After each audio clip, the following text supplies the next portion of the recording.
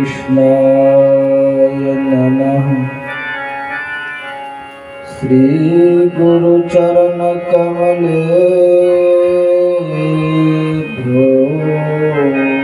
नमः।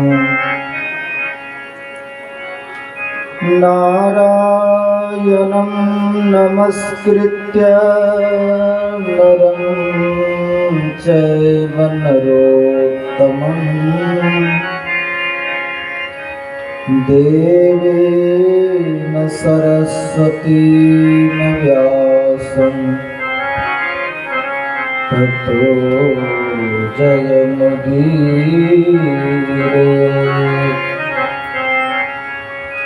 ध्येयं सदा परिभवघ्नमभीष्टदोहम् तीर्थास्पदं शिवविरञ्चिनुतं शरण्यं भृत्यार्तिहं प्रणतपालभवाब्धिपोतम् वन्दे महापुरुषते चरणारविन्दम्।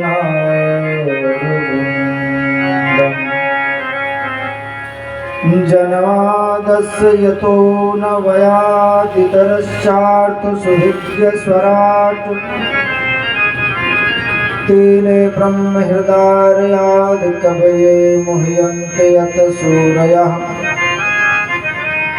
तेजोवारिमृदां यथा विनिमयो यत्र त्रिसर्गो मृषा धाम्ना स्वेन सदा निरस्तकुहकं सत्यं परं धीमहि। सत्यं परं धीमहि।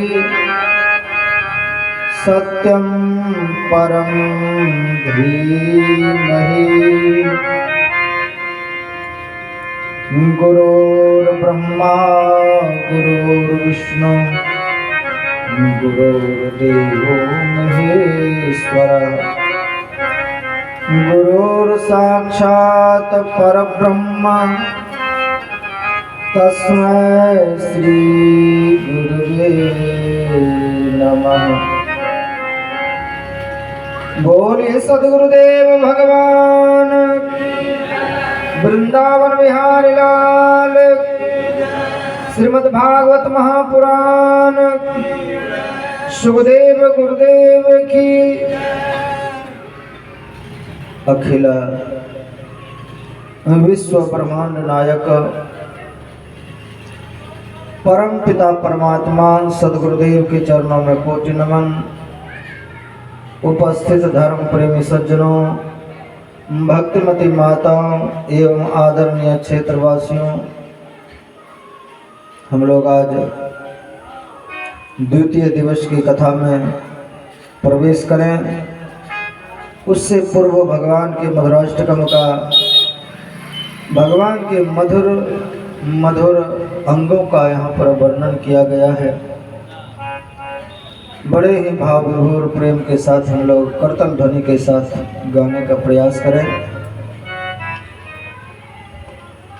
अधरम मधुरम वदनम मधुरम नयनम मधुरम हसितम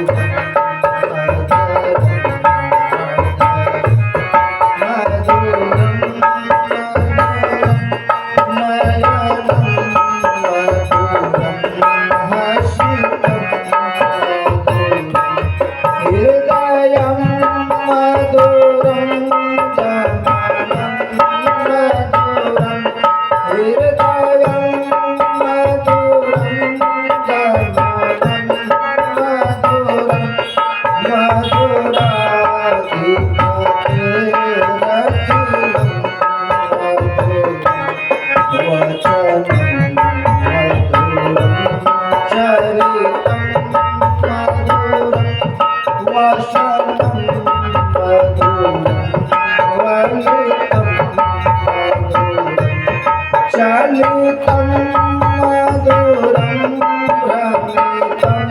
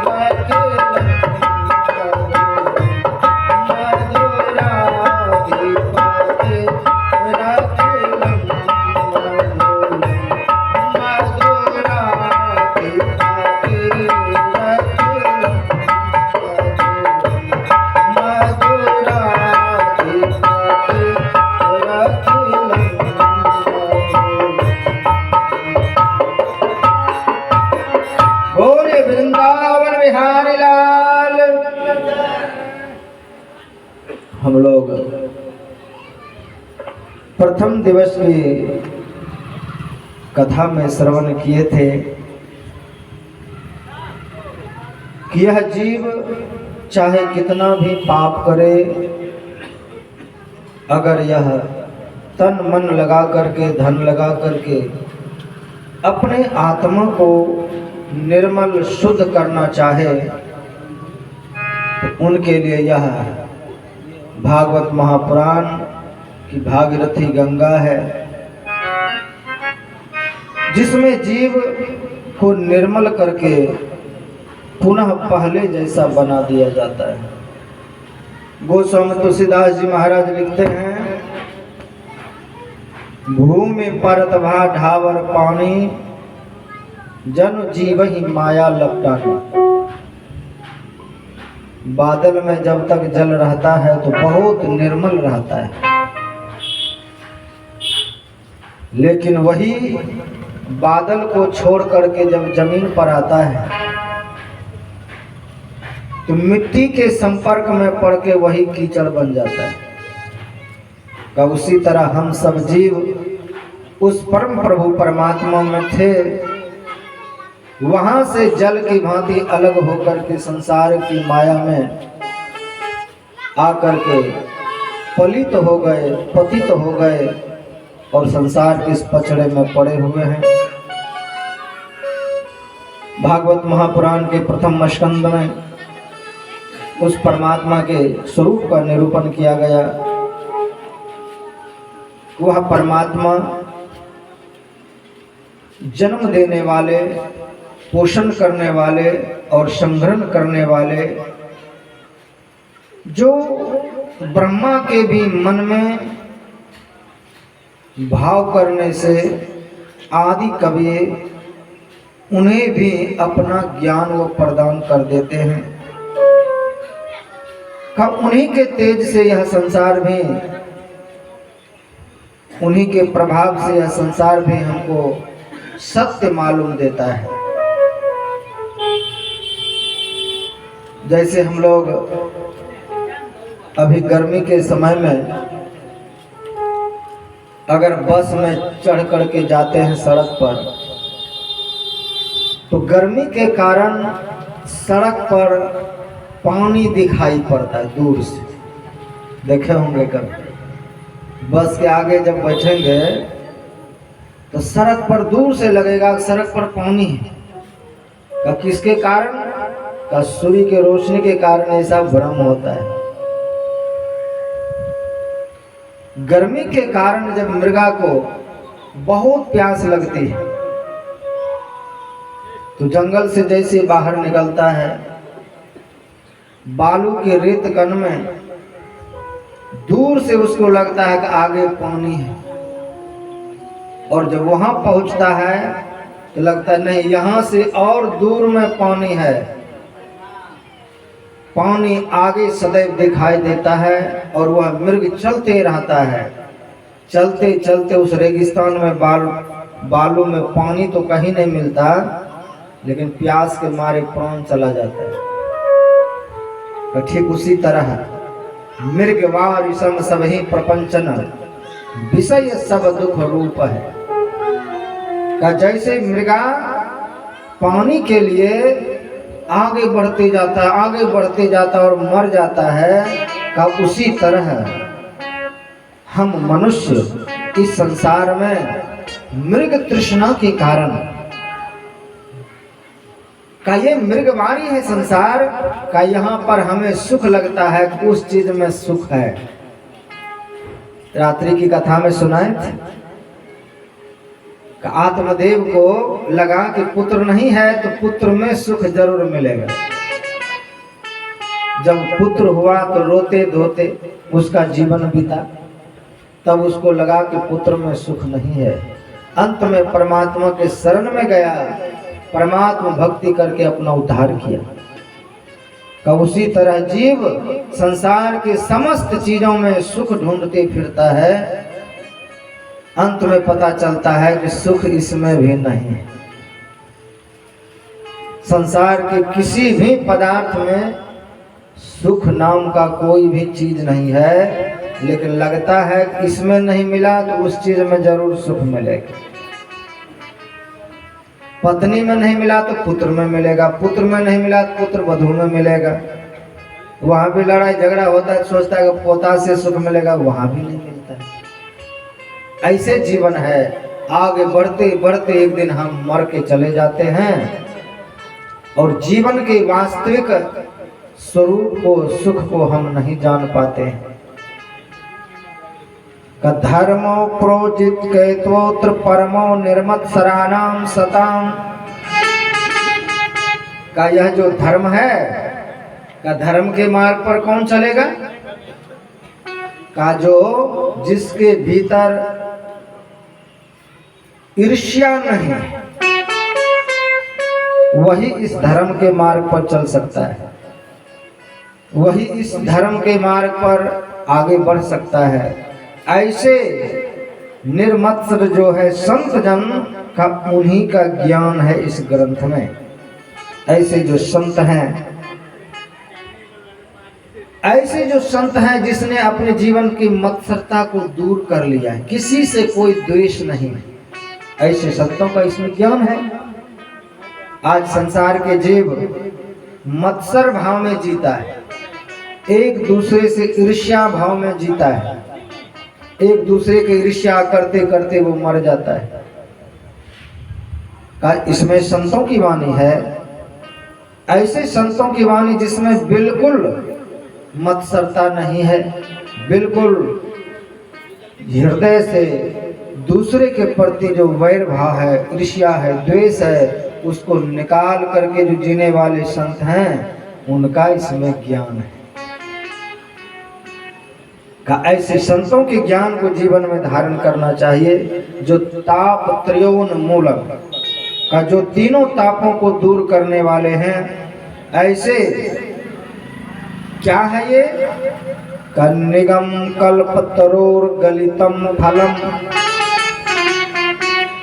का वेद का पका हुआ यह फल है। सुख मुखाद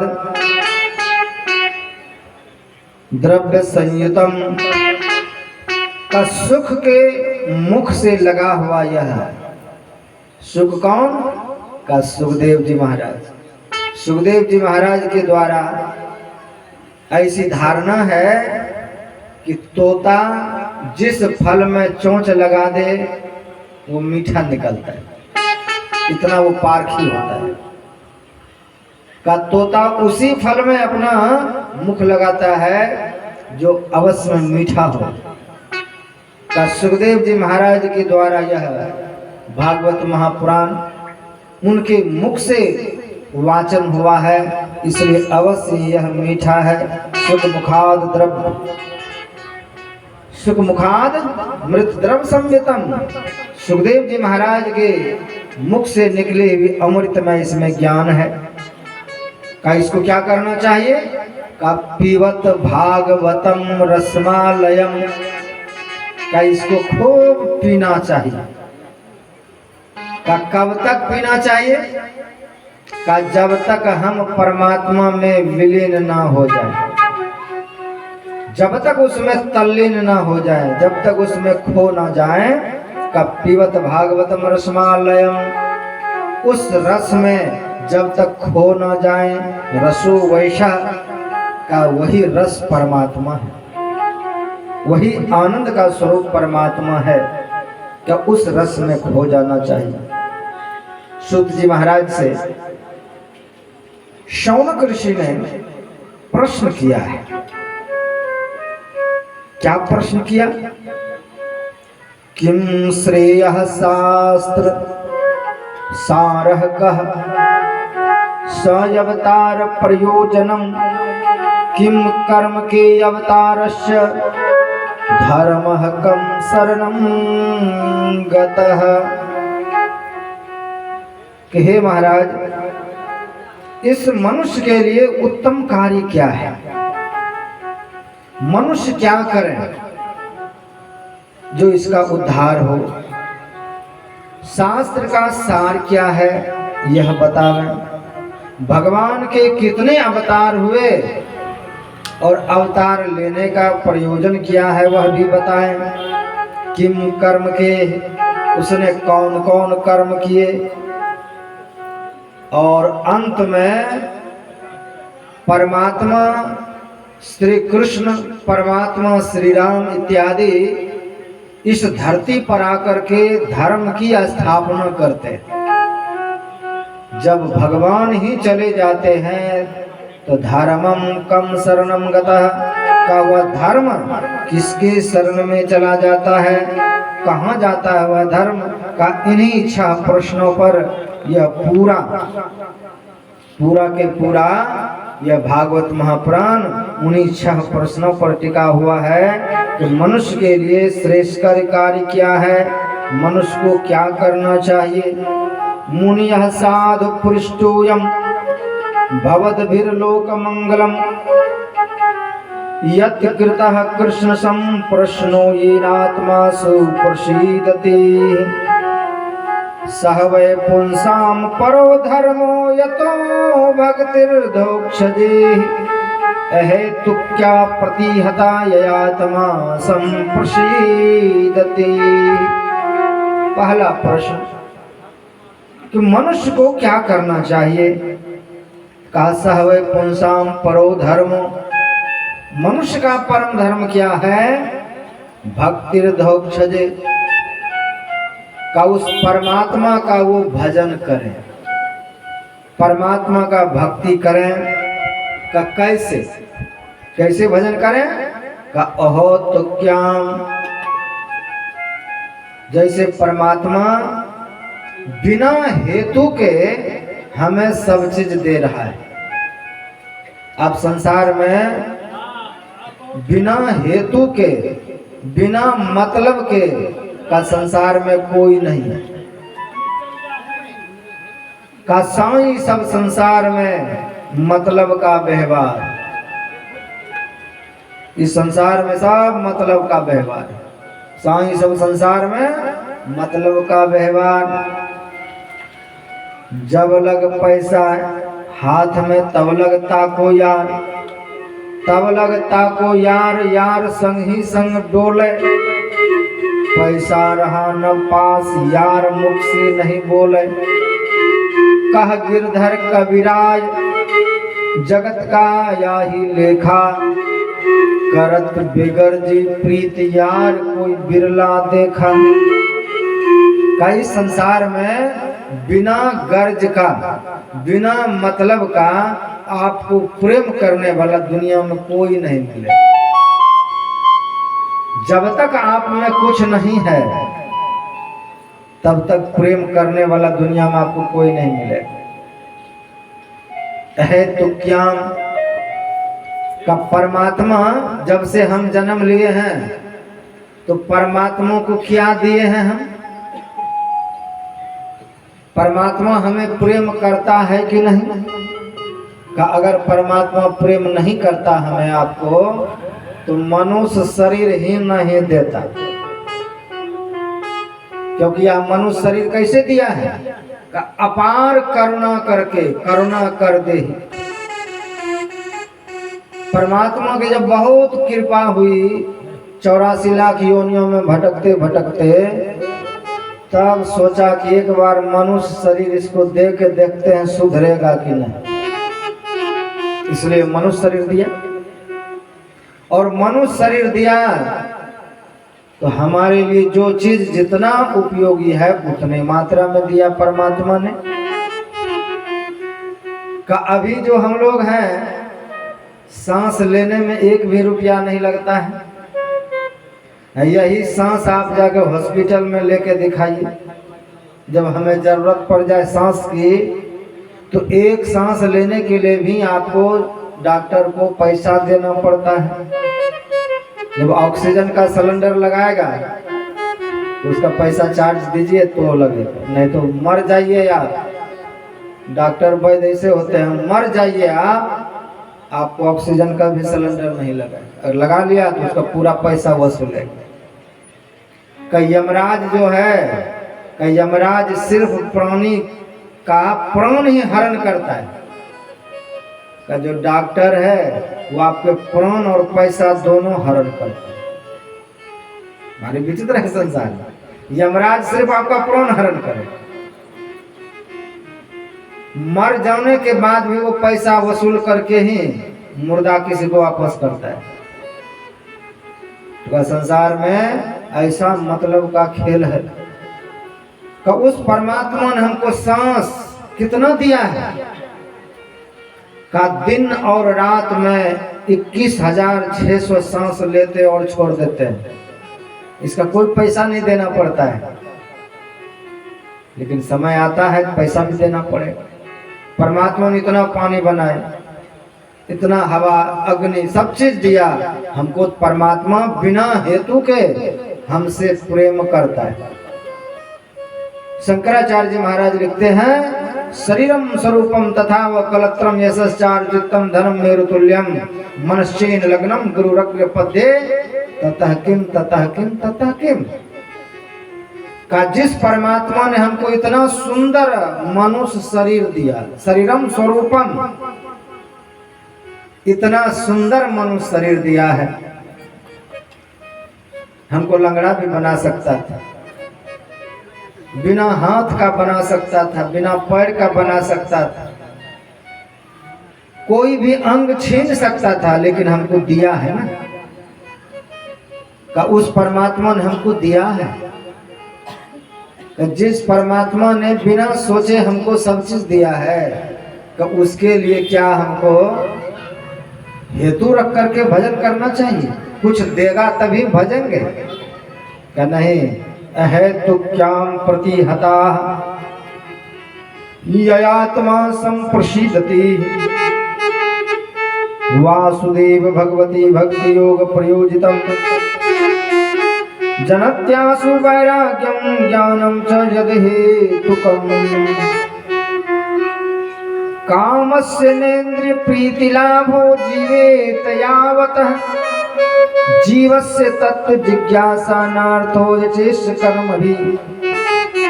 का क्या परमात्मा ने ये इंद्रियों दिए हैं, तो इंद्रियों से क्या करें? सिर्फ काम ही करें। इस काम को काम में ही लगाएं। इस इंद्रियों को सिर्फ काम में नहीं लगाना है। यावत जीवित, जब तक हम जिंदा रहें इन इंद्रियों से लाभ ले लें। इन इंद्रियों का लाभ क्या है? कि इसको परमात्मा में लगाएं। हालांकि इंद्रियों से परमात्मा मिलता नहीं है, लेकिन इसको लगाए बिगर भी कैसे मिलेगा? ये जी इंद्रियां है, जी को जप में लगाना पड़ेगा, आंख को ध्यान में लगाना पड़ेगा, कान को समेट के भजन में लगाना पड़ेगा। ये वहां तक पहुंचाता नहीं है, लेकिन इनके सहयोग के बिना आप अंतर्मुखी भी नहीं होंगे, आप अंदर जा भी नहीं पाएंगे। इसलिए इनसे भी लाभ लेकर के जीवस्य तत्व जिज्ञासा का, अगर जीवन है तो कहा तत्व की जिज्ञासा रखिए। उस परमात्मा को हम तत्व रूप में जाने, उस परमात्मा को जानने का प्रयास करें। का कैसे? का साहिब के दरबार में केवल भक्ति प्यार, केवल भक्ति प्यार, साहिब भक्ति में राजी, तजा सकल भगवान लिया दासी सुत भाजी। जब तप नेम यचार करे बहुतेरा कोई, खाए सवर के बेर मुए सब ऋषि मुनि रोई। या युधिष्ठिर यज्ञ बटोरा सकल समाजा, मर्दा सबका मान सुपच बिन घंटन बाजा। पलटू ऊंची जाति के मत कोई करे अहंकार, साहिब के दरबार में केवल भक्ति प्यार। का परमात्मा ये नहीं देखता है कि आप कितने अमीर हैं, आप क्या चढ़ाने के लिए आए हैं। का परमात्मा को सिर्फ आपके प्रेम से मतलब है। साहिब के दरबार में केवल भक्ति प्यार, सिर्फ प्रेम हो, प्रेम से उनका भजन कर लें, यही जीवन में काफी है। उस परमात्मा के प्रति इतना प्रेम हो जाए जीवन में, तो कहा तजा सकल पकवान। जब भगवान श्री कृष्ण दुर्योधन को समझाने के लिए गए थे और उनके लिए वहां 56 भोग बना करके रखे थे, लेकिन भगवान ने उसके यहाँ कुछ न खाते हुए समस्त पकवान को त्याग करके विदुर के यहाँ साग पात खा के वो खुश हो गए, केला का छिलका खा करके वो खुश हो गए। का राम जी शबरी के बैर को खा करके प्रसन्न हुए और ऋषि मुनि बहुत रोए कि मैं इतना जब तक किया लेकिन मेरे पास नहीं आए। लेकिन सबरी में क्या थी? जूठा बैर खिलाए भगवान ने खाए। का परमात्मा सिर्फ आपके प्रेम का भूखा है कि हम उसको कितना प्रेम दें, कितना हम उसको आदर दें, कितना हम उसको हृदय में बसा के रखें। इसलिए पलटू ऊंची जाति का कोई ऊंचे जात में जन्म लेकर के अहंकार के कारण वो पद भ्रष्ट हो रहा है। का यहाँ पर केवल परमात्मा से प्रेम करके अपने जीवन का हम सर्वोच्च सुख और आनंद प्राप्त कर सकते हैं। के अवतारस्य का अवतार कितने हैं? का अवतार हमारे सनातन धर्म में कितने अवतार हैं भगवान के? 24 अवतार लिए भगवान। 24 अवतार में पहला कौन है? अब पहला अवतार हुए वराह। वराह अवतार की चर्चा आगे आएगी। दूसरे अवतार में नारद जी हैं। नर नारायण की कथा आती है। नर और नारायण भगवान इस धरती पर आकर के बहुत तपस्या की, बहुत तप किया इस धरती पर, और धरती वालों के कल्याण के लिए उसने एक से एक राक्षसों का वध किया। तो भगवान क्यों धरती पर आते हैं? उनका आने का क्या मकसद है? हमारे देश में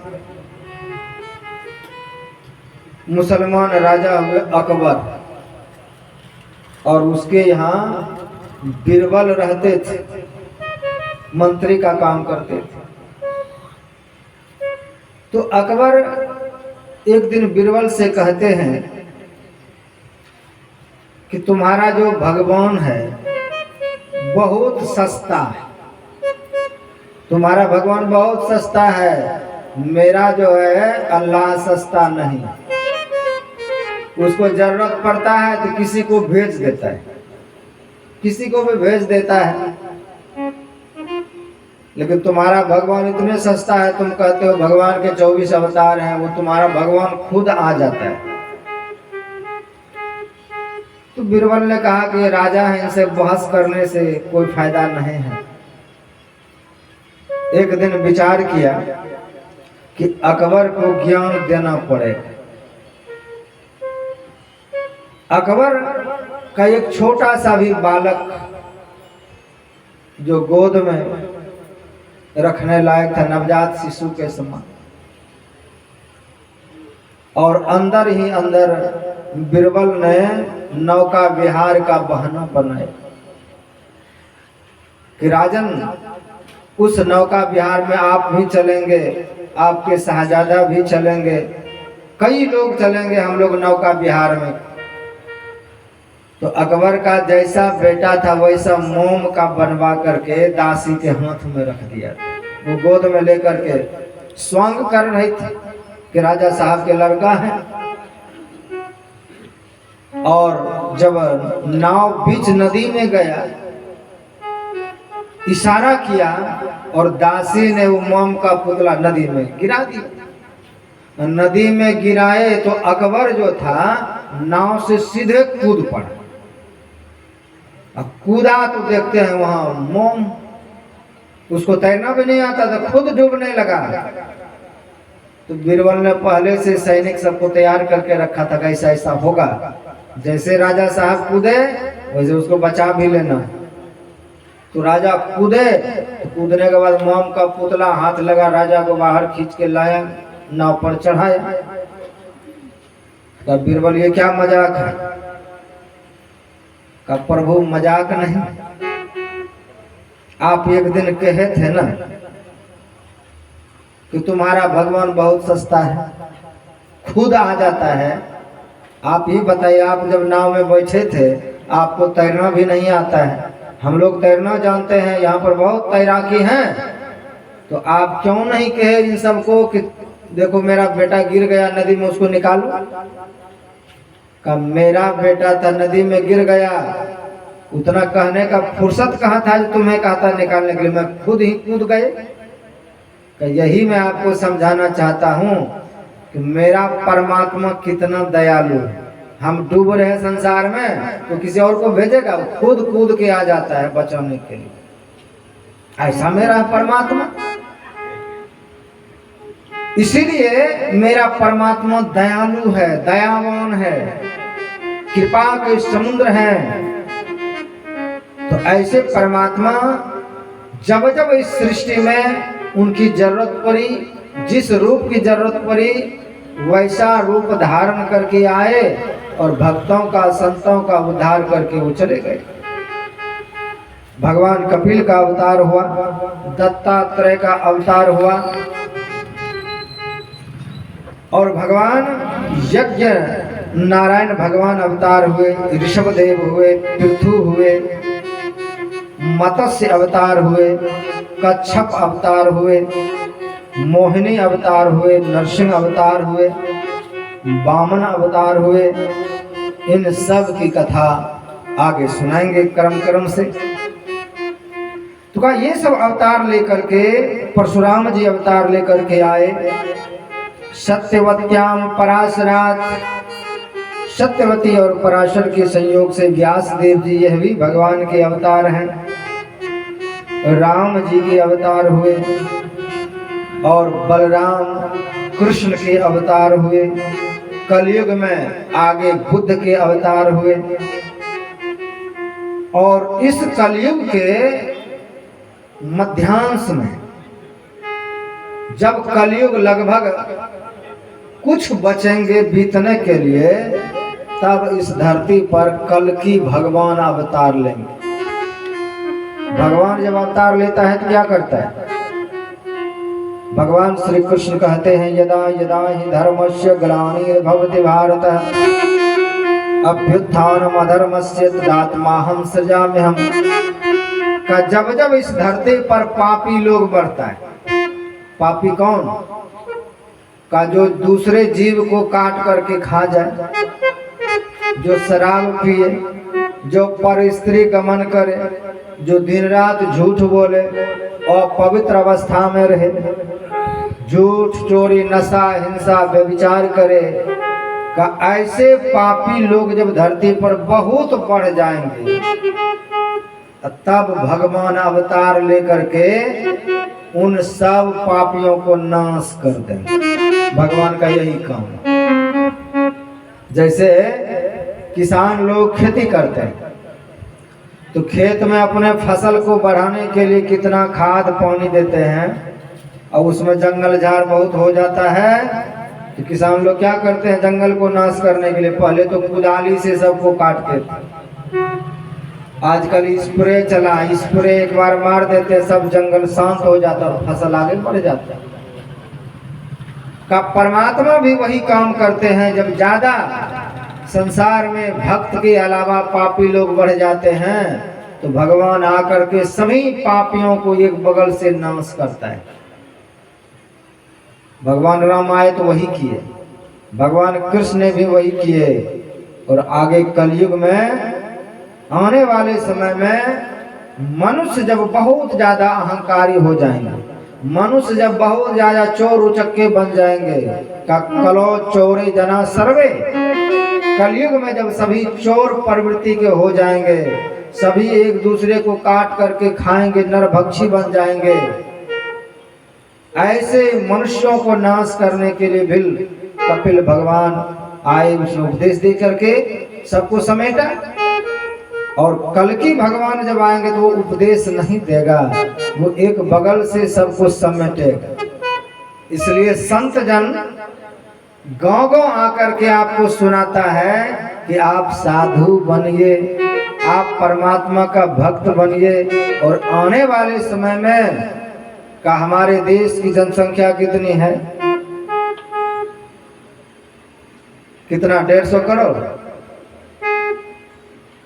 का इतनी जनसंख्या है, और मात्र 30 लाख 40 लाख लोग बचेंगे। क्या ऐसा समय आने वाला है, चाहे वो रोग हो, चाहे वह एक दूसरे पर हमला हो, इसमें लोग मारे जाएंगे।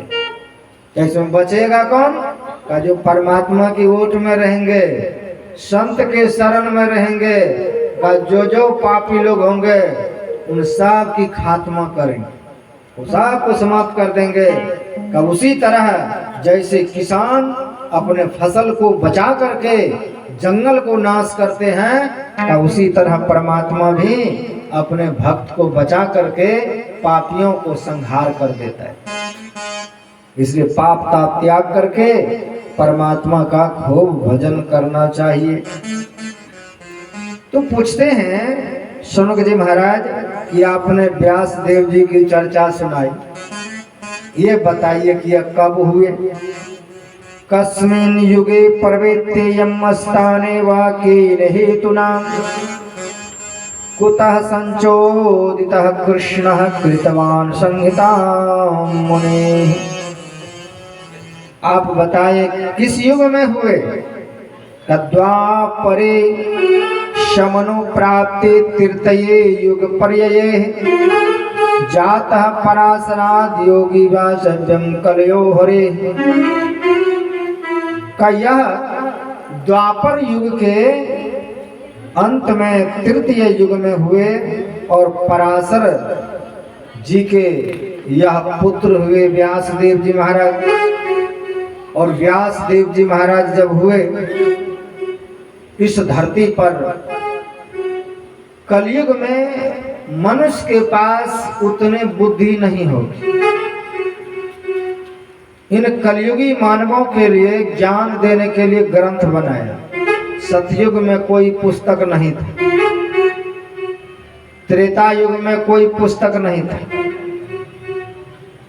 कलयुग के मानवों के लिए पुस्तक बनाया। क्योंकि कलयुग के मानव के पास अल्प बुद्धि, अल्प ज्ञान है, अल्प स्मरण शक्ति है, इसलिए रटना पड़ता है। और आने वाले समय में तो ऐसा होगा कि मनुष्य कुछ रटना ही नहीं चाहेंगे, अपने दिमाग से कुछ काम ही नहीं लेंगे, दिमाग बिल्कुल ऐसे पड़ा रहेगा। क्योंकि जो चाहिए मोबाइल से पूछ लीजिए, दिमाग में रखने की जरूरत ही नहीं, तो दिमाग ही यूज नहीं होगा आगे चलकर, अपने मस्तिष्क लगाने की जरूरत ही नहीं है। जो कुछ जानना चाहते हैं मोबाइल को बोल दीजिए, वो खोज के निकाल देगा, तो दिमाग आपका यूजलेस हो जाएगा। दिमाग को यूज करना चाहिए, दिमाग को तेज बनाने के लिए रोज पठन पाठन, रोज स्मृति को बढ़ाने के लिए कुछ न कुछ याद रखना चाहिए। तो कलयुगी मानवों को रटना पड़ता है, किसी चीज को याद करने के लिए खूब रट मारते हैं तब याद होता है। का हम कलयुगी मानवों के लिए उसने 17 पुराण रच डाले। महाभारत जैसे ग्रंथ, यह 5वां वेद कहा गया है। 6 शास्त्र इत्यादि रचना किए हुए हैं।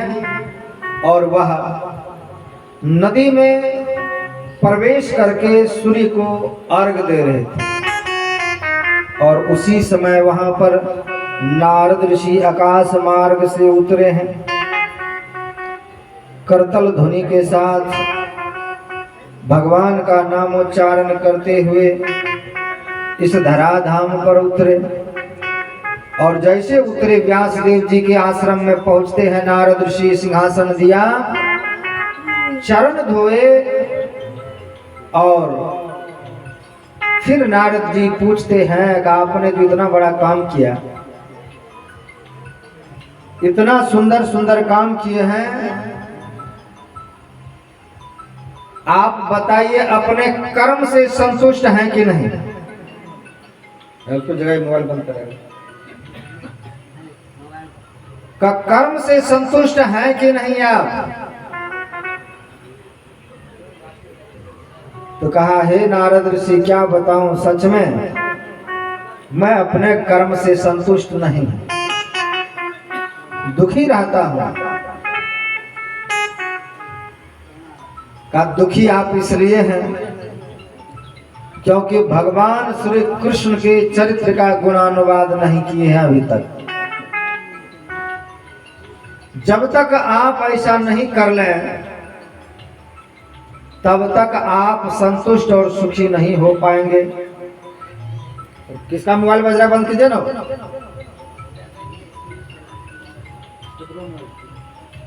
बार बार तो कहा, इस तरह से जीवन में संतुष्टि चाहिए तो भगवान के गुणानुवाद जीवन में आना चाहिए, भगवान के गुण को जीवन में धारण करना चाहिए।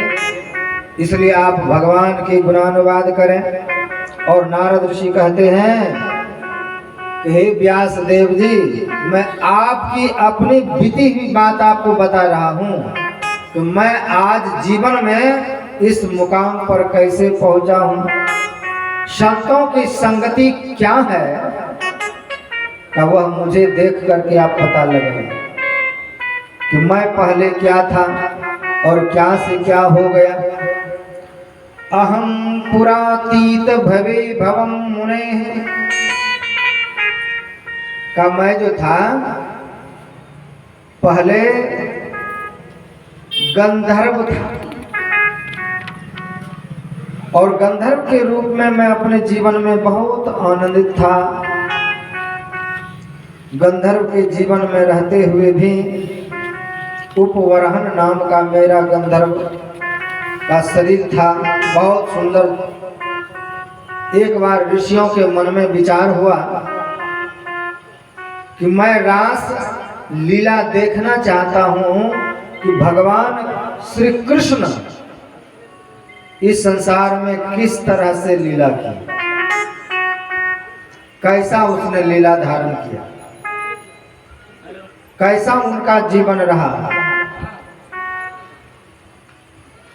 तो कहा इस तरह से भगवान की लीला को मैं देखना चाहता हूं, इसलिए रास का प्रोग्राम किया जाए।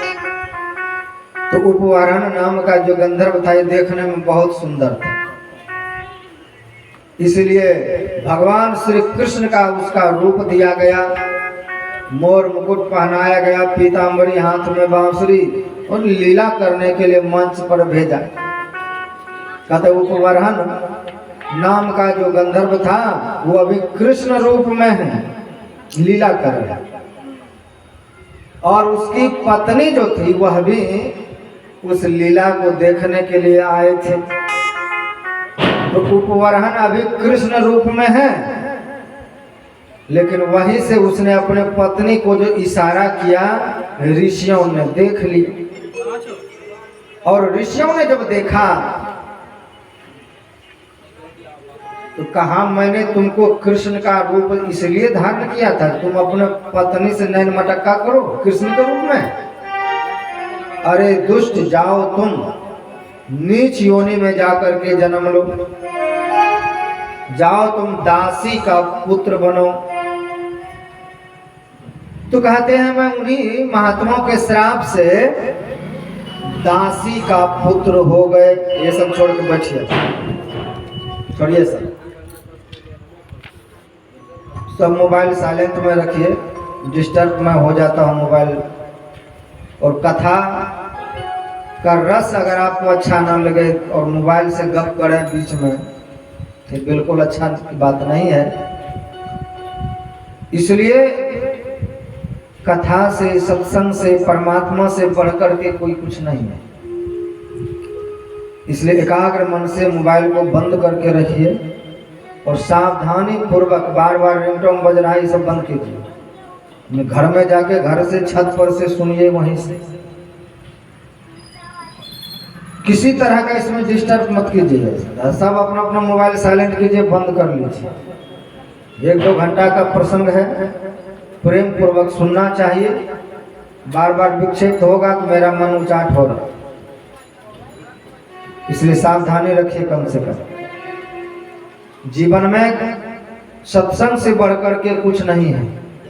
जिस सत्संग के लिए भगवान शिव हंस का रूप धारण करके सत्संग करते फिरते, जिस सत्संग को पाने के लिए भगवान शिव अपना कैलाश पर्वत छोड़ करके कहां कहां न भटके, जिस सत्संग के लिए भगवान शिव भगवान राम से मांगते हैं देहु सत्संग निज अंग श्रीरंग भवभंग कारण शरण शोकहारी। हे प्रभु मुझे सत्संग प्रदान कीजिए।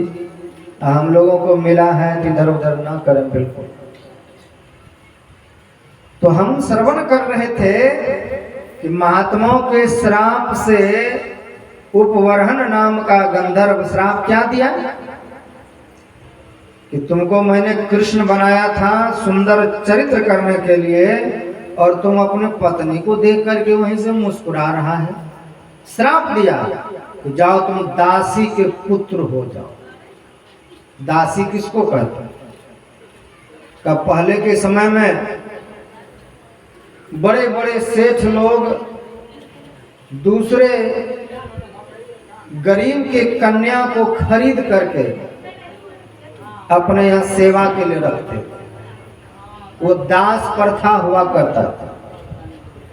कोई गरीब व्यक्ति है, कोई बेटा बेचना चाहे तो बेच ले और दूसरे यहाँ सेवकाई करते रहे।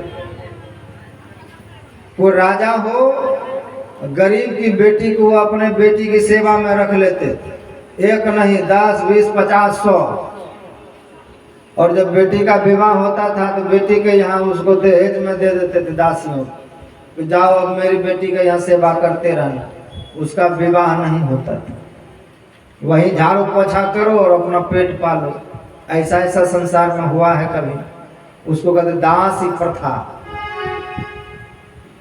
जिसका विवाह भी नहीं हुआ है और बिना विवाह का किसी को संतान जन्म ले तो कितना समाज में निंदा होता है, बहुत ज्यादा।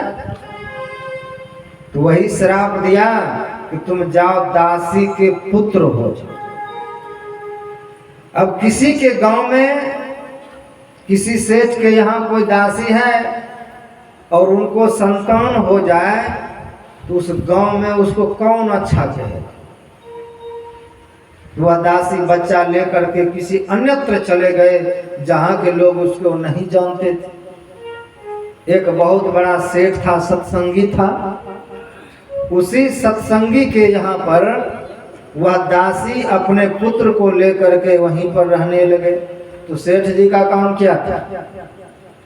का जब चतुर्मासा आता 4 महीना तक अपने दरवाजे पर महात्मा को बुला करके खूब 4 महीना तक सत्संग ध्यान करवा दे। वर्षावास 4 महीना तक बारिश होगी, उस बारिश के समय में खूब भजन करे। का वर्षा का समय का भजन करने के लिए होता है। एक स्कूल में मास्टर अपने विद्यार्थी से पूछता है कि हे विद्यार्थियों बताओ 12 में 4 चला गया तो कितना बचे? कितना बचेगा? 8 बचेगा। तो सब विद्यार्थी कहते हैं 8 8 8। एक विद्यार्थी नहीं बोलते का तुम नहीं जानते हो? का जानता तो हूँ। का बताओ ना 12 में 4 गया तो कितना बचा? का कुछ भी नहीं। का कैसे? का 12 महीने का 1 साल होता है। 8 महीना है कि आप खूब खेती कीजिए, खूब कमाइए, महात्मा लोग खूब प्रचार करें, खूब सत्संग जाए, खूब देश विदेश जहाँ भी प्रचार करना खूब कीजिए। लेकिन 4 महीना जो है क्या उस 4 महीने में क्या करना है? का 8 महीना खूब धन कमाइए और 4 महीना खूब सत्संग कीजिए। उस चतुर्मासा में 4 महीना भी जब आपने सत्संग नहीं किया, ध्यान नहीं किया, का जब सत्संग ध्यान ही नहीं किया तो क्या बचेगा जीवन में? कुछ नहीं। 12 में 4 ही जब चला गया तो आपके पास कुछ भी नहीं बचा। ये धन संपत्ति इकट्ठा की और मर के चले गए, वो यहीं रह गया। परलोक के लिए आपने क्या की? तो कुछ भी नहीं, 0 हो गया। का 4 महीना खूब महात्मा को भी और गृहस्थ को भी बारिश के समय में अब क्या करेंगे? ठनका ठनक रहा है, खूब बारिश हो रहा है, मेघ घना घन बज रहा है। का उसमें क्या करेंगे? घर में बैठ करके खूब सत्संग ध्यान कीजिए। क्या इसी को सेठ जी खूब अच्छे तरीका से निभाते थे। महात्मा को अपने यहाँ बुलाते थे, खूब सत्संग ध्यान होता था। वो जो दासी थी वहीं रहती थी, तो सभी महात्माओं के लिए वही दासी भोजन बनाती थी। अब उनका जो लड़का है वो सब महात्मा को भोजन पवाते थे, सब पत्तल देते थे, सबको भोजन रोटी सब्जी भात इत्यादि खिलाते थे। और जब महात्मा सब खा लेते थे पत्तल में जो चावल छूट जाए, सब्जी छूट जाए, एक रोटी छूट जाए, पूरी छूट जाए, सब महात्मा के उस महाप्रसाद को ले लेकर के अपने थाली में रख लेते। पत्तल से एक दाना भी नहीं फेंकते। ये महात्माओं के प्रसाद हैं। अब जो महात्मा जिस गुण के हैं, जिस स्वभाव के हैं, उनका अगर हम महाप्रसाद खाएं तो हमारा भी ऐसा स्वभाव बने। तो कहा 4 महीना तक वहां खूब सेवा चली। 3 महीना बीतते बीतते उस बालक के मन में इतना शुद्धिकरण हो गया, संतों की सेवा करते करते इतना संतों से प्रेम हो गया, इतना सत्संग से प्रेम हो गया। एक दिन कहते हैं महाराज हमको भी भजन करने का भेद बता दीजिए। का जीवन में आपने बहुत कुछ किया, बहुत तरह के भेद जानते हैं, बहुत तरह के भेदी बने हुए हैं, लेकिन अगर भजन करने का भेद नहीं जानते हैं तब का एक अनपढ़ व्यक्ति नदी में नाव खेवते थे, इधर से उधर ले जाते। एक दिन बहुत पढ़ा लिखा वीआईपी बाबू साहब पार होना चाहते थे। नाव पर चढ़े। नाव जब थोड़ा दूर आगे बढ़ा, वह वीआईपी साहब जो था पढ़ा लिखा बाबू पूछते हैं नाविक तुम कितना पढ़े लिखे हो? का बाबू साहब में पढ़ा लिखा कुछ भी नहीं। का बताओ, देखते हैं आकाश में बादल छाए हुए हैं, कहीं बारिश तो नहीं होगी? नक्षत्र विद्या जानते हो? का बाबू साहब मैं तो पहले कह दिया मैं पढ़ा लिखा नहीं हूं, मैं कुछ भी नहीं जानता, अनपढ़ हूं। क्या है तुम्हारा जीवन? तुम्हारा 4 आना जीवन बर्बाद है। फिर आगे जब बढ़ा तुम विज्ञान जानते हो? का बाबू मैं विज्ञान भी नहीं जानता। का तुम्हारा 8 आना जीवन बर्बाद हो। का तुम शरीर के बारे में कुछ जानते हो? भूगोल जानते हो? का बाबू साहब ने पहले कह दिया कि मैं सिर्फ नाव इस ओर से उस ओर पहुंचाना और यात्री को पार कराना जानता हूं, इसके अलावा मेरे पास कोई ज्ञान नहीं। का तुम्हारा 12 आना जीवन बर्बाद है। और नाव आगे बढ़ ही रहा था कि एक तख्ता हिल गया। नाव में पानी आने लगा। तो नाव में जब पानी आने लगा तो नाविक पूछते हैं बाबू साहब आप तैरना जानते हैं? का मैं तो तैरना नहीं जानता। का मेरा तो 12 आना ही जीवन बर्बाद हुआ है ना। अब नाव में पानी बहुत तेजी से घुस रहा है, नाव डूबेगी और आपका 16 आना जीवन बर्बाद होने वाला है। इतना दुनिया भर का ज्ञान जानते हैं और तैरना नहीं जानते हैं। एक तैरने जाने बिना अब आपको इसी पानी में डूब के मरना है। मैं तो चला और नाविक छलांग लगाए और नदी में तैरते हुए बाहर निकल गए। बाबू साहब सब विद्या लेकर मर गए।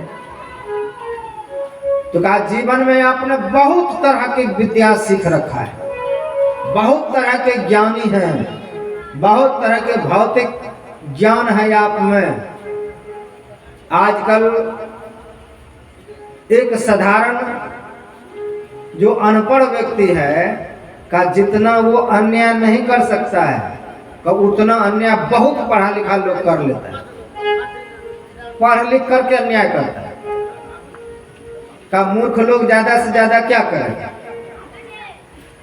दूसरे के खेत में 1-2 भुट्टा तोड़ लेगा, कहीं द्वार पर बोरा रखा है उठा के चल देगा, यही नहीं करेगा। घर में घुस के चोरी कर लेगा। पढ़ा लिखा लोग दूसरे के खाता से पैसा घर में बैठ के चोरी कर ले। ये किसका काम है? का बहुत पढ़े लिखे व्यक्तियों कि दूसरे के खाता में पैसा उसको कैसे हम अपने में ट्रांसफर कर लें, कैसे उसका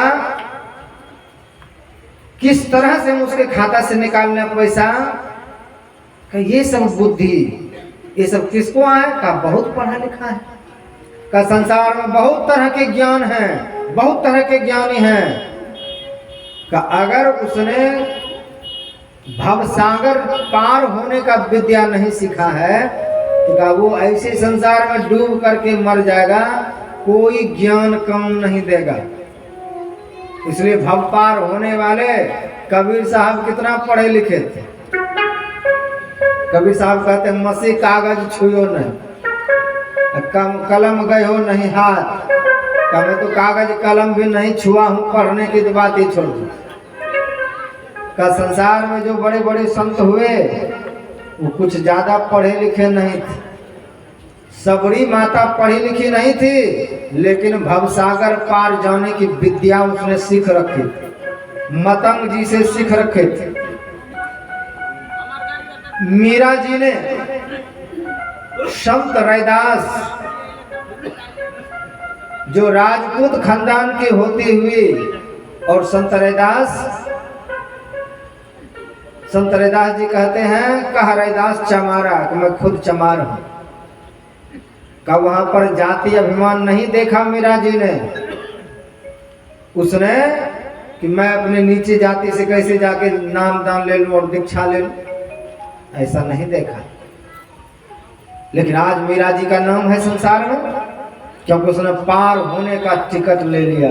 इस संसार से पार होने के लिए का भौतिक विद्या बहुत जरूरी है संसार में, का इससे भी ज्यादा जरूरी है कि संसार से हम कैसे पार हो जावे। तो वह दासी का पुत्र कहते हैं कि हे महात्मा, मैं आपकी 2-3 महीने से बहुत सेवा की, अब मेरा हृदय पवित्र हो रहा है, मन करता है कि मैं दीक्षा लेकर के भजन करूं। कहते बहुत अच्छी बात है, कीजिए। तो महात्मा ने उसको दीक्षा दिया और दीक्षा दे करके खूब भजन करे, खूब सेवा करे, खूब मन उसका रम गया। 4 महीने के बाद जब महात्मा लोग जाने लगे तो वह बालक भी रोने लगा कि गुरुदेव, आपसे मैं दीक्षा लिया, आपका शिष्य बना, तो आप हमें भी संग में लेके चलिए। का देखो तुम्हारे माँ को तो कोई और है नहीं तुम्हारे अलग, तुम अकेले पुत्र हो, माँ की सेवा कौन करेगा, इसलिए तुम माँ की सेवा करो। जब तक तुम्हारी माता जी है तब तक माँ की सेवा करो, जब यह परलोक गमन कर जाए तो मेरे पास आ जाना। का वो दासी रात्रि में सेठ जी कहते हैं कि जाओ गाय दूह करके लाओ, घनघोर बारिश हो रही है।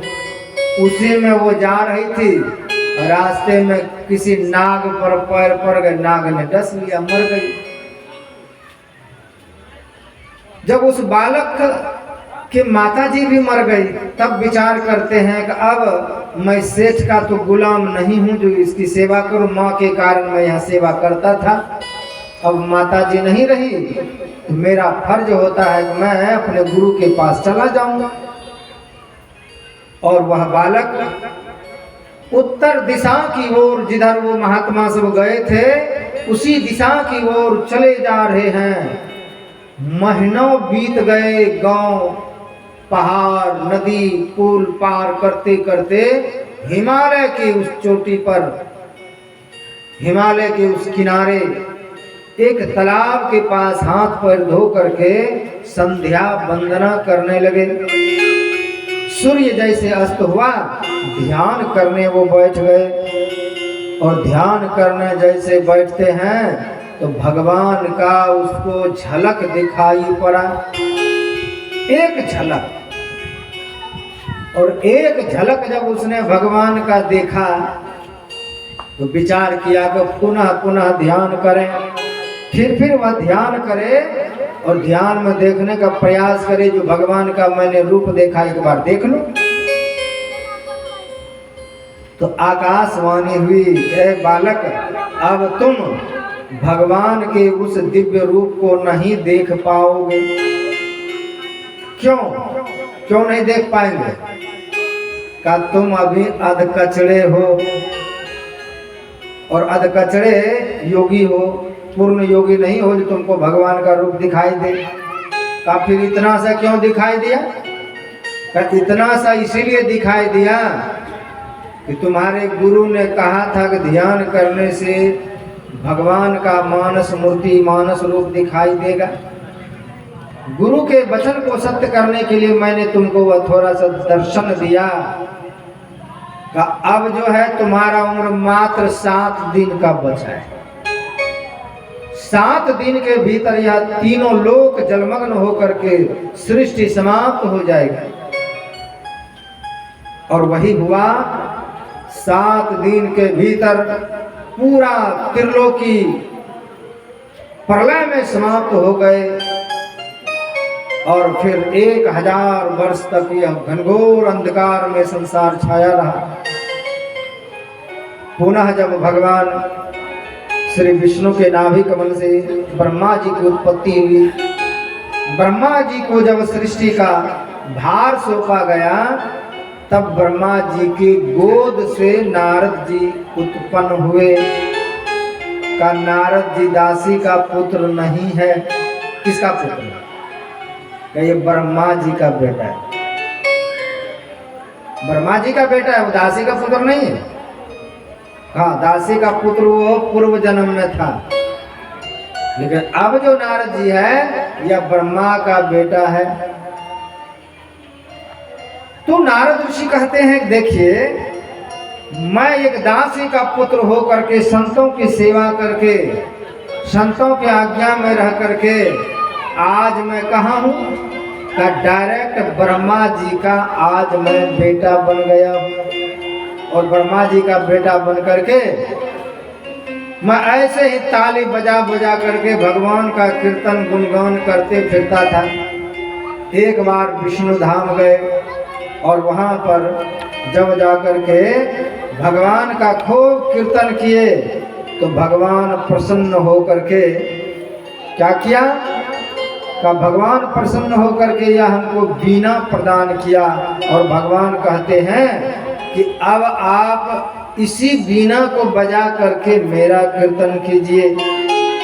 देवदत्तम इमाम वीणा का देवताओं के द्वारा, उस परमात्मा के द्वारा यह दिया गया वीणा है। देवदत्तम इमाम वीणा स्वर ब्रह्म विभूषितम का यह जो हमारा मनुष्य शरीर है का यह भी परमात्मा के द्वारा दिया गया वीणा की तरह है। वीणा में तार होता है, तार को अगर जोर से कस दीजिए तो भी आवाज खराब होगा, बहुत ढीला कर दीजिए तो भी आवाज ठीक नहीं निकलता है। का उसी तरह से वीणा को बजाने के लिए आना चाहिए। हमारे पास ये जिह्वा है, इस जिह्वा से क्या बोले कैसे बोले का ये बोलने के लिए आना चाहिए। अगर आप इस जी को बजाना सीख लिए तो आपको खूब आदर सम्मान मिलेगा। अगर जी से कुछ बकते रहते हैं, दिन भर गाली गलौज निकालते हैं, तो का यही जी आपके सिर पर जूता भी खिला देता है। इसी जिह्वा के कारण आपको मान सम्मान होता है, इसी जिह्वा के कारण आपको गाली भी सुननी पड़ती है। का देव दत्तम इमाम वीणा का यह मनुष्य शरीर भी एक वीणा की तरह है। का इसको बजाने के लिए सीख लीजिए कि हम कैसे बोलें, कैसे देखें, क्या सुनें, क्या समझें, का क्या देखना चाहिए, क्या सुनना चाहिए। का श्राव्यम सदा किम का कान से क्या सुनना चाहिए? का गुरु वेद, गुरु और वेद की वाणी को ही सुनना चाहिए। श्राव्यम सदा किम गुरु वेद वाक्यम का गुरु और वेद का वाणी कान से सुनना चाहिए। इस वीणा को बजाने के लिए सीखिए। तो नारद जी कहते हैं, यहीं पर इसी को गोस्वामी जी लिखते हैं कि निज निज मुखन कही निज होने, अपना होने बताया कि देखिए मैं कैसे हुआ। एक दासी के पुत्र से आज मैं ब्रह्मा का बेटा बना हूं। किसके बल पर? का संतों की सेवा के बल पर। संत की कृपा हो जाए, ये जीव कहां से कहां ना चला जाए, जीव के उन्नति कितना हो जाए।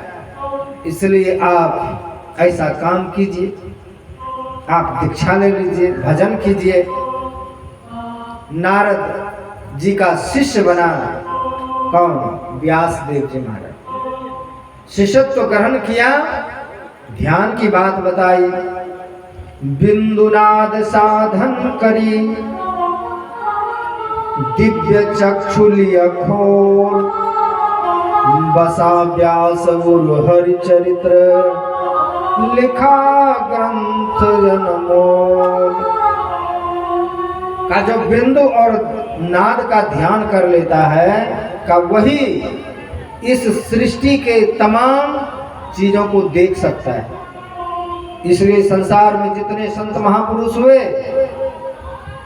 अलग अलग संतों ने भगवान के अलग अलग चरित्र लिखे। जिसने जैसा देखा उसने वैसा लिखा।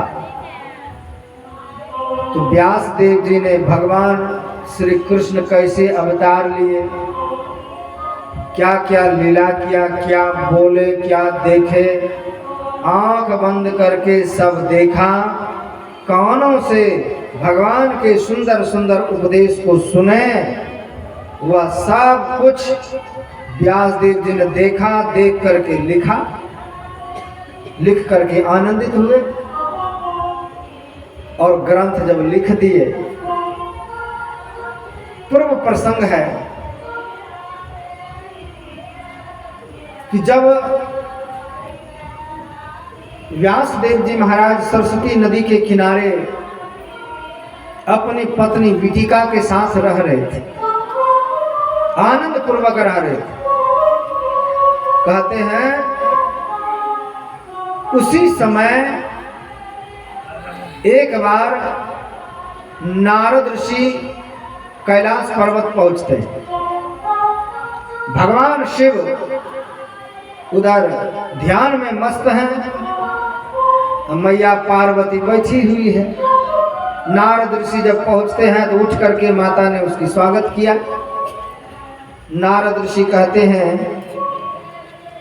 हे देवी, संसार के लोग कितने झूठे हो गए हैं, कितने कपटी हो गए हैं कि संसार के लोग बहुत कपट करते हैं। पति पत्नी, बाप बेटे, भाई भाई में झूठ बोलते हैं। कब पति पत्नी में भी मेल नहीं है, वह भी एक दूसरे से झूठ बोल लेता है। तो माता पार्वती कहती है कि गुरुदेव, संसार की बात क्या करना, छोड़ दीजिए। संसार की बात सुन करके हम क्या करेंगे? मेरे जो पतिदेव हैं मुझसे बिल्कुल झूठ नहीं बोलते। तो नारद ऋषि कहते हैं, तुम्हारा पतिदेव इतना सच्चा है, झूठ नहीं बोलता है? नहीं। का तुम्हारे शिव के गले में किस किस स्त्री का वो माला बना करके पहना है, तुमको कभी बताया? वो तुम्हारे शिव के गले में जो माला है 108 का, वह किसी और का नहीं, वो किसी न किसी स्त्री का वो मुंड माला है। का तुमको तो नहीं बताया? का नहीं बताया। का तब तुम कैसे कहते हो कि मेरा पति सच्चा है, मेरा पति कुछ नहीं छुपाता है? वो पराई स्त्री का है मुंडमाला, तुम्हारा तो नहीं है। तो जब माता पार्वती को इस तरह से कहा तो उसको क्रोध आया कि मेरा पतिदेव इतना, मैं तो भोला समझता था उसको, मेरे साथ में ऐसा उसने विश्वासघात किया। आज उसको उठने दो, ध्यान से पूछते हैं। उधर महादेव ध्यान से जगे और जग करके हे राम हे राम हे राम कहते हैं कि पार्वती दौड़ के आएगी, लेकिन वो आई नहीं, वो अपने मुंह फुलाए बैठी। शिव जी खुद जाके पूछते हैं कि देवी क्या हुआ, आप इतने क्रोधित हैं, गुस्साए हुए हैं? का संसार में सबके पति ऐसे होते हैं और वैसे आप भी हैं, हमसे भी झूठ बोले आप, हमसे भी कपट। का तुमसे मैंने क्या कपट किया? का किस स्त्री का माला पहने गले में कभी बताए नहीं? का देवी कभी तुमने पूछा ही नहीं? का आज मैं पूछती हूँ, बताइए। क्या देवी तुम आज से पीछे 108 बार जन्म लेकर के मेरी पत्नी बन करके रही, लेकिन जब जब तुम्हारा शरीर छूटा, तुम्हारे यादगारी के लिए तुम्हारा सिर काट करके मैंने माला बना के रख लिया। देखो तुमसे मुझे कितना प्रेम है। तो पार्वती जी पूछती है कि बताइए, मैं तो 108 बार मरी, आप कितने बार मरे? कब मैं तो एक भी बार नहीं मरा हूं। ये तो और ना छल कपट हुआ कि आप कोई अमृत पान कर रखे हैं, कभी मरते ही नहीं हैं, अब मैं बार बार मर रही हूँ। ये तो और आपने मेरे साथ छल किया है। कौन सा अमृत पिया है आपने जो कभी नहीं मरते और मैं मरती हूँ? का देवी उस अमृत का ही नाम है ये कथा अमृत। तुमको मैंने कई बार प्रयास किया। एक बार त्रेता जुग माही शंभु गए कुंभज ऋषि पानी, संग सती जग जननी भवानी, पूजे ऋषि अखिलेश्वर जाने। तुमको मैंने ले गया वहां पर, लेकिन तुमने कथा नहीं सुनी, जिसके कारण झूठ बोली और अग्नि में कूद करके मर गई। मैं क्या करता? का महादेव, मैं भी वह अमृत पीना चाहता हूँ, मैं भी अमर कथा सुन करके अमर बनना चाहती हूँ। देखा, ये अमर कथा ऐसे नहीं सुनाया जाता है। इसके लिए तुमको मोह माया का त्याग करना पड़ेगा। तुम्हारा जो सवारी शेर है, तुम्हारा बेटा गणेश है, कार्तिक है, सबको छोड़ के एकांत में जाना पड़ेगा। जैसे कथा सुनने के लिए आए हैं, घर में पोता पोती पुतहू सबको छोड़ करके, घर को छोड़ करके का उसी तरह से का सबको छोड़ करके कथा में जाना पड़ेगा, जहां पर कोई डिस्टर्ब करने वाला ना हो। लेकिन सब कुछ छोड़ने पर आज का समय ऐसा है कि संसार साथ में ही आ जाता है मोबाइल के रूप में। तो तंग वो करते रहता है कथा में भी कि कब आओगे। परेशान है संसार। तो भगवान शिव कहते हैं कि देवी ऐसा कोई चीज लेके नहीं जाना है जो कथा में कोई हमको तकलीफ हो, एक चित्त होकर के सुनना पड़ेगा। इसलिए सबका त्याग करो। मैं भी सबका त्याग कर दे, नंदी को यहीं रख देता हूं। ये नाग बिच्छू सबको छोड़ करके एकांत जगह पर जाते हैं, और एकांत जगह पर जाकर के ताली बजाया जोर से, सब पक्षी उड़ गए। भगवान शंकर ने काल अग्नि प्रकट किया, और काल अग्नि जब प्रकट किया, जंगल में आग लगी चारों तरफ। सब जीव वहां से जान बचा के भागे। एक पेड़ में खोह था, उस खोह में तोता ने बच्चा दे रखा था, अंडा। अग्नि लगने के कारण वह तोता तो उड़ गए। तोता दंपति वहां से उड़े, बच गया अंडा का। वहीं पर भगवान शिव अपना आसन बिछा करके माता पार्वती को अमर कथा सुनाने लगे। अमर कथा जब सुनाने लग गए, 1 दिन 2 दिन 4 दिन 5 दिन 6 दिन ऐसे करके सुनाते जा रहे हैं, और एक ही आसन से बैठे हुए भगवान शिव सुना रहे हैं, माता पार्वती सुन रही। का बैठते बैठते शरीर थक गया, आलस, और आलस जब आने लगा तो नींद।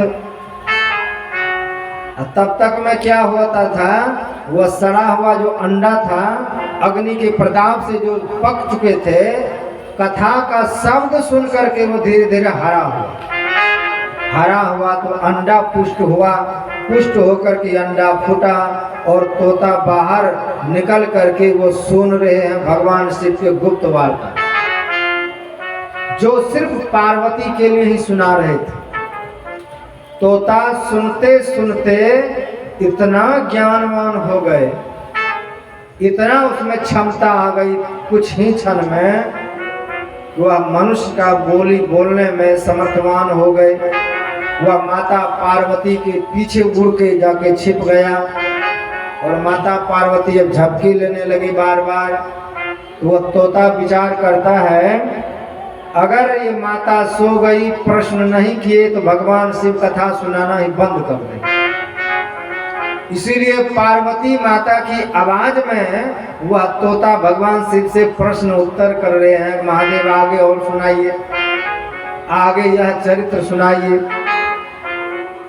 क्योंकि भगवान शिव आंख बंद करके भगवान के दिव्य गुण में डूबे हुए हैं और कथा सुनाते जा रहे हैं। कथा सुनाते सुनाते मैया पार्वती सो चुकी है, तोता सुन रहे हैं।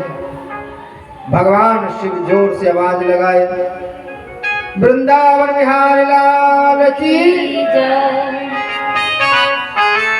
तो हड़बड़ा करके जगी पार्वती मैया, हड़बड़ा के जगी। महादेव क्या हुआ? देवी क्या हुआ? कथा अब समाप्त हो गई। समाप्त हो गई? मैं तो सो गई। का तुम सोई थी तो मुझसे बात कौन कर रहा था? कौन छुप करके कथा सुन रहा था? त्रिशूल उठाया और तोता वहां से फुर से उड़ा। भगवान शिव को बड़ा क्रोध आया कि मैंने इतना जतन किया कि कोई सुने नहीं, फिर भी किसी ने छुप करके सुन लिया। तोता भागे जा रहा है और इधर से भगवान शिव त्रिशूल लिए उसके पीछे दौड़ते जा रहे हैं, आज मैं मार ही दूंगा। तो सरस्वती नदी के किनारे व्यास देव की पत्नी जोर से हाफी लिया। हाफी के लिए जो मुंह खोला, उसी मुंह में प्रवेश किया और उदर में जाकर के मनुष्य आकार में वह सुख जाकर के मनुष्य आकार में प्रविष्ट कर गए। और जब प्रविष्ट कर गए तो भगवान शिव त्रिशूल लेकर के दौड़ते हुए आते हैं। व्यास देव जी से पूछते हैं कि इधर कोई चोर भाग करके गया?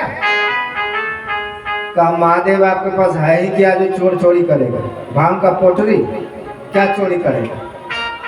आपकी गुफा में क्या रखा हुआ है? नहीं, भांग तो मैं नहीं पीता हूँ, मगर मैं कथा सुना रहा था, वो कथा चोरी किया, अमर कथा। कब महादेव आप ही कहते हैं कि अमर कथा सुन लिया है। अमर कथा जिसने सुन लिया उसे आप कैसे मार सकते? उसे तो आप भी नहीं मार सकते। तो भगवान शिव वहीं से लौट गए। लौट जब गए तो इधर व्यास देव जी की पत्नी के गर्भ में वह सुख अब मनुष्य रूप में बैठा हुआ है और वहीं पर वो भगवान शिव से जो सुने थे ज्ञान, वहीं पर वो ध्यान कर रहे हैं। और ऐसे करते करते 1 साल बीत गया, दूसरा साल बीत गया, तीसरा साल बीत गया। तो ये कैसा है? किस तरह का जीव है जो जन्म नहीं ले रहा है? धीरे धीरे 12 वर्ष गर्भ में ही रह गए और गर्भ में रह गए। इधर व्यास देव जी महाराज रोज कहते हैं बेटा तुम बाहर आ जाओ, तुम्हारी माँ को बहुत तकलीफ हो रही है गर्भ में, इसलिए बाहर आ जाओ। तो सुखदेव जी बाहर आने के लिए तैयार नहीं है, गर्भ में पड़ा हुआ है। संत कबीर साहब कहते हैं इसके बारे में, सुखदेव अचारज दुख के डर से गर्भ से माया त्यागी हो, तनधर सुखिया कोई न देखा, जो देखा सो दुखिया हो। का सुखदेव जी महाराज कैसा था कि अभी माँ के गर्भ में है और विचार करते हैं कि माँ के गर्भ में तो यहाँ माया नहीं है, लेकिन मैं जैसे जन्म लूंगा वहाँ कोई माँ बन जाएगा, कोई बाप बनेगा, कोई दादा बनेगा, कोई चाचा चाची बनेगा, कोई नाना नानी बनेगा, कितना माया घेर लेगा हमको, तो मैं माँ के गर्भ में ही ठीक हूँ। बार बार प्रार्थना करे कि बेटा तुम बाहर आ जाओ। अब भीतर से ही कहे कि मैं बाहर नहीं जाऊंगा। बाहर में आएंगे भगवान शिव मारने के लिए दौड़ जाएंगे। पहले भगवान शिव को बुलाइए, उनसे वचन लीजिए मुझको नहीं मारेगा तब मैं जन्म लूंगा।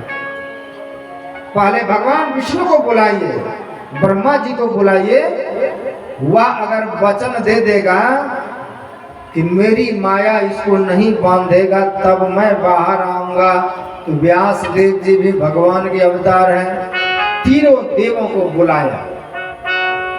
तीनों देव जब आए तो महादेव कहते हैं, शुक तुमने मुझसे कथा सुनी है, तुम अमर हो चुके हो, इसलिए मैं तुमको जान करके भी नहीं मार सकता, तू बाहर आ जा। ब्रह्मा जी कहते हैं कि मेरा प्रपंच तुमको नहीं बांधेगा, तू बाहर आ। विष्णु जी कहते हैं कि मेरी मम माया दुरत्या, मेरी जो माया है बड़े ही दुस्तेज है, तो तुम बाहर आ जाओ, मेरी माया नहीं बांधेगा। तीनों देवताओं ने अपना वचन दे करके चले तो गए। और उधर सुखदेव जी महाराज जब बाहर आए हैं, यम प्रवजंतम मनुपेतम पेत कृत्यम द्वैपायनो विरह कातराजुहाव पुत्रेति तन्मया तर्वोभिनेदुहतम सर्वभूत हृदयम मुनिगान तोषि। का माँ के गर्भ से जब बालक जन्म लेता है तो बहुत कुछ गंदगी के साथ और माँ से कनेक्शन जुड़ा होता है नाभि से। का सुखदेव जी महाराज ने उसको काटने का भी मौका नहीं दिया, सबको उठाया। जैसे गर्भ से बाहर आए तो अपना शरीर बढ़ा करके, जो 12 वर्ष तक रहे हैं तो 12 वर्ष का वो बन गए। और गर्भ से जितने चीज निकले थे सब कंधे पर लाद करके चल। ऐसी अवस्था में जब देखा कि सुखदेव जी महाराज जन्म लेते ही चल पड़े, तो व्यास देव जी कहते हैं, बेटा लौट जाओ, कहाँ जा रहे हो? का कौन बेटा, किसका बेटा? मैं तो पहले कह दिया हूँ कि मुझको माया नहीं ग्रहण करना है। गर्भ से माया त्यागी हो, कोई माया मोह नहीं, मैं कभी किसी का बेटा नहीं। बहसबाजी दोनों में होते जा रहा है, लेकिन विरह से कातर, विरहा तो व्यास देव जी महाराज लौटाने का बहुत प्रयास किए। सुखदेव जी चले गए हैं। अब जब चले गए हैं जंगल में जाके वो तपस्या में लीन है, इधर व्यास देव जी महाराज ने अपने गुरु नारद जी के कहने पर श्रीमद् भागवत महापुराण तो बना लिया, लिख तो डाले। अब इसका जब तक प्रचार नहीं होगा तो कौन जानेगा क्या लिखा है इसमें? बिना प्रचार का नहीं जान सकता। इसीलिए अब कौन इसका प्रचार करेगा? तब व्यास देव जी महाराज के मन में विचार आया कि मेरा बेटा जो जन्म से ही माया त्यागी है, अगर वह आ जाता, वह आकर के अगर इसको एक बार अध्ययन कर लेता तब तो बहुत अच्छा होता, क्योंकि वही इसके लायक है जिसके भीतर माया मोह नहीं है, जो विरक्त है। का ऐसे विरक्त महापुरुष ही ऐसे श्रीमद् भागवत महापुराण को ग्रहण करने में सक्षम है। इसलिए इस पूरे भागवत महापुराण के 2 श्लोक अपने चेलों को दिया कि तुम जा करके इसको सुनाओ, गाओ। जहाँ कहीं भी मेरा बेटा सुन लेगा इस श्लोक को तो वह जरूर मेरे पास आएगा। इसलिए तुम जाओ। और वह वहाँ जाते हैं जंगलों में, क्योंकि देखा नहीं है सुखदेव जी कैसा है शिष्य लोग, इसलिए जहाँ महात्मा को ध्यान में बैठे देखते हैं वहीं पर वो गाने लग जाते हैं। ओहो वकीयम मस्तन कालकूटम जिघांस्याप्या यदप्येषाद्वि लेभे गतिविधातृचितां ततोऽन्यं कं वा दयालु शरणं व्रजे। वरहापीरं नटवरवपुः कर्णयो कर्णकारं बिभ्रतवासं कनककपीशं वैजयन्तीं च माला। का ऐसे दिव्य से दिव्य श्लोकों को सुनाते जा रहे हैं। तो जब वरहापीरम, जिसके सिर पर सुंदर मोर मुकुट है, अधर पर बांसुरी है, कान में कनेल का पुष्प लगा हुआ है। भगवान का सुंदर विभूति का जब उसने वर्णन किया तब सुखदेव जी महाराज का समाधि भंग हुआ कि इतना सुंदर भला कौन हो सकता है। क्या होगा कोई भला सुंदर, इससे सुंदर लोगों से हमको क्या मतलब, होगा कोई। फिर ध्यान में बैठ गए। ध्यान में जब बैठे तो फिर दूसरा श्लोक बोलते हैं, ओ बकीयम स्तन कालकूटम, तो ओह वह बकी बाकासुर की बहन पूतना जो भगवान को दुग्ध पिलाने के बहाने अपने पयोधर पर हलाहल जहर लगा के गया था कि भगवान को मैं मार डालूंगा। ओहो बकीयम स्तन कालकूटम जिघांस्याप्य यदप्यसाद भी ले ले गतिम दातृचितां ततोऽन्यं कम वा दयालु शरणं व्रजे।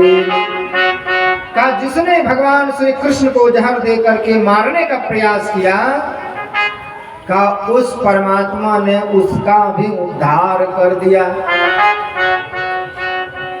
जब इस तरह की बात सुखदेव जी महाराज को सुनाई पड़ा तो उसको लगा कि इतना सुंदर व्यक्ति इतना बड़ा दयालु। संसार में सब सुंदर व्यक्ति दयालु नहीं होता है।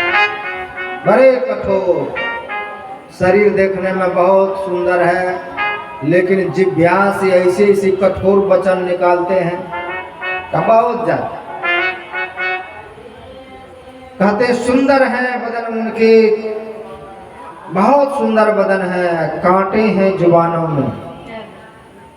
सुंदर है बदन उनके, कांटे हैं जुबानों में। शीशे के दरवाजे हैं पत्थर के दुकानों।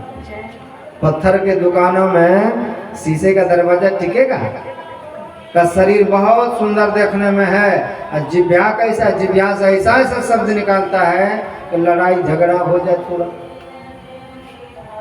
का सुंदर व्यक्ति सब दयालु नहीं होते हैं, का ये सुंदर भी हैं और दयावान भी हैं। कौन है वो? और गाओ। तो सुखदेव जी महाराज कहते हैं और सुनाओ ऐसा श्लोक। देखा और अगर सुनना है तो मेरे गुरुजी के पास चलिए। ऐसे ऐसे उसने 28,000 श्लोक की रचना की है। बहुत ऐसे श्लोक रचे हैं। का कौन है तुम्हारे गुरुजी? का मेरे गुरुदेव व्यास देव जी महाराज हैं। करे वो तो मेरे पिताजी हैं। कहाँ उसी ने भागवत महापुराण की रचना की है। तब जाकर के सुखदेव जी महाराज धीरे धीरे अपने पिता के पास पहुंचते हैं और पिता के पास पहुंच करके श्रीमद् भागवत महापुराण का स्वाध्याय किया है और उधर स्वाध्याय में लगे हैं। इधर सूत जी महाराज कहते हैं, हे शौनक ऋषि, आप जिस चरित्र को श्रवण करना चाहते हैं वह चरित्र बड़े ही दिव्य हैं। ऐसे परम भक्तों का चरित्र आपको सुनाने से पहले उनके वंश का चरित्र मैं सुनाना चाहता हूँ। सो कुल धन्य उमा सुनो, जगत खोज सुपने, श्री रघुवीर परायण जिहि नर उपज बिने। का ऐसे कुल धन्य हैं का जिस कुल में कोई भगवान को भजने वाला जन्म ले ले। कि राजा परीक्षित का जो खानदान है पहले मैं उसका वर्णन करता हूँ। वह कहाँ से आया, कैसे आया, किस तरह से आया, का इस तरह से इस चरित्र का यहाँ से वर्णन किया गया है। वह चरित्र कहाँ से हुआ? कहा जब महाभारत का युद्ध बिल्कुल समाप्त हो चुका था और जब समाप्त हो चुका है महाभारत का युद्ध, धृतराष्ट्र का बेटा दुर्योधन जिसका जंघा टूटा हुआ है और वो लाखों मुर्दा के बीच में अकेला अंतिम सांस गिन रहा है। जंघा टूटा हुआ है, दर्द से कराह रहा है, वहां कोई बचाने वाला नहीं। वो कैसा था? का इस देश का वो राजा का बेटा युवराज था वह दुर्योधन। भगवान श्री कृष्ण ने बहुत समझाया कि पांडवों को 5 गांव दे दो, तो उसने क्या कहा, सुचो अग्रे विनय दस्यामी बिना युद्धे न केशवा, का हे केशव बिना युद्ध किए सुई के अगले नोक में जितना जमीन आएगा उतना भी नहीं दूंगा। तो आज क्या हुआ, जमीन पूरे भारत का धरा ही रह गया। वह दुर्योधन मरणासन अवस्था में युद्ध स्थल पर पड़ा हुआ है, चारों तरफ मुर्दा है, चारों तरफ लाश बिछी हुई है, और उसी बीच में वो कराह रहा है कि अब मरेंगे तब मरेंगे। कहते उसी समय वहां पर अश्वत्थामा पहुंचते हैं। यदा मृदे कौरव सृंजानां वीरेश्वतो वीरगतिं गतेषु विक्रोदरा विद्यगराभिवर्षं भग्नोर्दण्डे धृतराष्ट्रपुत्रे। ऐसी अवस्था में वहां पर जब पहुंचते हैं, कौन का अश्वत्थामा, और अश्वत्थामा जब पहुंचते हैं तो कहते हैं कि आपकी ऐसी हालत आपके कारण ही हुई। का वो कैसे, का आप बूढ़े बूढ़े को सेनापति बना दिए, मुझे अगर बनाते तो मैं एक ही दिन में पांडवों को खत्म कर जाता। तो दुर्योधन कहते अभी क्या दिक्कत है, जाओ ना, आज मैं आपको सेनापति बनाता हूं। टूटे हुए जंघे से जो रक्त निकल रहा था वही रक्त से उसका टीका कर दिया। सेनापति बनने का इतना उसको लालसा थी। सेनापति तो बना दिए, लेकिन उस समय मात्र 3 ही जिंदा थे। एक उनके मामा कृपाचार्य, एक और सैनिक का, यही 2-3 जिंदा है। तीनों मीटिंग बना करके गए।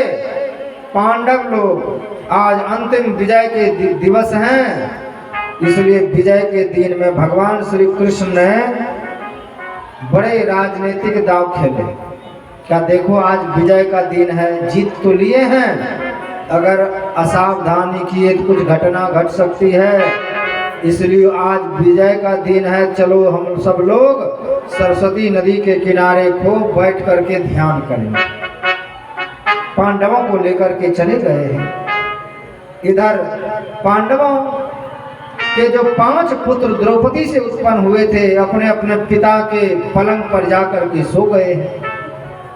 और जब अश्वत्थामा वहां पहुंचते हैं, सबको घायल करते हुए उन 5 पांडवों के पुत्रों को सोते हुए से गला काट करके हाथ में झुलाते हुए केस पकड़ करके दुर्योधन के आगे आके पटक दिया। और दुर्योधन कहते हैं कि लाओ भीम का सिर कहाँ है।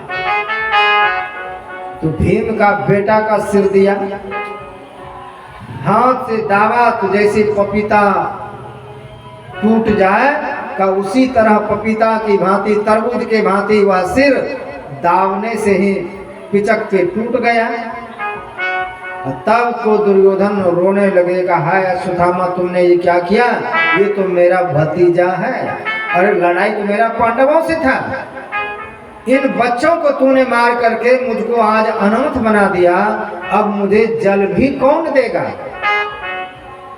दुश्मन भी समझ करके जल तो देता, लेकिन तुमने उसको भी मार दिया, अब मेरा क्या होगा। कहते वहीं पर सिर पटकते पटकते मर गया दुर्योधन।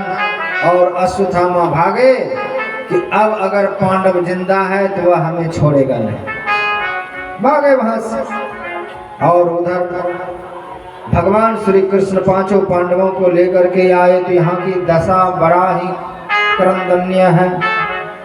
माता शिशुनाम निधनम सुतानाम निशम्य घोरम परितप्यमाना तदा रुद्वा स्वकलाकुलाक्षी ताम संतवन्नान किरीटमाली। यहाँ पर द्रौपदी महारानी रो रो करके बेहाल है। 5 बेटा का शरीर पड़ा हुआ है, सिर एक का भी नहीं। ऐसी अवस्था में अर्जुन ने प्रण किया कि आज जहां भी होगा उसको मारे बिना छोड़ेंगे नहीं। भगवान श्री कृष्ण रथ को तैयार किए और जा करके उस अश्वत्थामा को पकड़ा और पकड़ करके रस्सी में बांध करके खींचते हुए ले आए। और खींचते हुए जब लेकर के आते हैं पशु के भांति बबंधामाक्ष पशुम रसनया यथा खींच करके लाए हैं। मत्तम परमत्तम उन्मत्तम सुप्तम पारम स्त्रियम जड़म प्रपन्नम व्यर्थम भीतम नारिपोहन्ति धर्मविद। का पागल को, बालक को, स्त्री को, जड़ को, शरण में आए हुए को, भयभीत को, शत्रु भी हो तो उसका हत्या नहीं करना चाहिए। लेकिन इस मूर्ख ने उन सोते हुए बालकों को मारा है, इसलिए इसको मारना ही पड़ेगा। और मारने के लिए उद्यत होते हैं। द्रौपदी के सामने उस अश्वत्थामा को रख करके तो कहते द्रौपदी के समय हृदय में, उस समय उसके हृदय में बड़े ही दया भाव जाग गया। और दया का भाव जब जगा है तो द्रौपदी महारानी मुच्यताम मुच्यताम में ब्रह्मणो निद्रां गुरु सारहस्यो धनुर्वेदम संसर्गो संयमः। का आप किसे मार रहे हैं? मुच्यताम मुच्यताम, छोड़ो इसको। का इन दुष्टों ने तुम्हारे 5 पुत्र मारा है, इसको मैं कैसे छोड़ दूं? का तुम भूल गए इनके पिताजी ने तुमको धनुष चलाने के लिए, तीर चलाने के लिए, ब्रह्मास्त्र चलाने के लिए संग्राम भी सिखाया, उपसंहार भी सिखाया। ऐसे गुरु के पुत्र को मारना उचित नहीं। ये कौन कार्य है? का द्रौपदी महारानी जिसके 5 पुत्र का मुर्दा शरीर अभी धरा हुआ है। इतना धीरज किसी मनुष्य में होगा? 5 पुत्र के हत्यारे सामने हो तो उसको वहीं पर तुरंत मार देगा लोग। लेकिन द्रौपदी महारानी कहते हैं इसको छोड़ दीजिए, क्योंकि मेरे पास अभी भी मेरे 5 पति हैं, लेकिन यह जिसका बेटा है उसका ना तो पति है, यह मात्र एक बेटा बचा हुआ है। मैं नहीं चाहता हूं इनके माँ को बेटे खोने का दुख हो, इसलिए इसको छोड़ दीजिए। स्त्री होकर के एक स्त्री की बात को सोचते हैं कि इनके माँ को कितना दुख होगा, इसलिए इसको जिंदा छोड़ दीजिए। भीम गदा लेकर के तैयार होते हैं, कोई इसको जिंदा छोड़ दे, लेकिन मैं छोड़ने वाला नहीं हूं। अंततः उसको छोड़ा गया। और जब छोड़ दिया तो वह इतना बड़ा दुष्ट था तो उसने ब्रह्मास्त्र चला दिया तुरंत। और ब्रह्मास्त्र जब चलाया तो अर्जुन भगवान की ओर देखते हैं। भगवान कहते हैं अर्जुन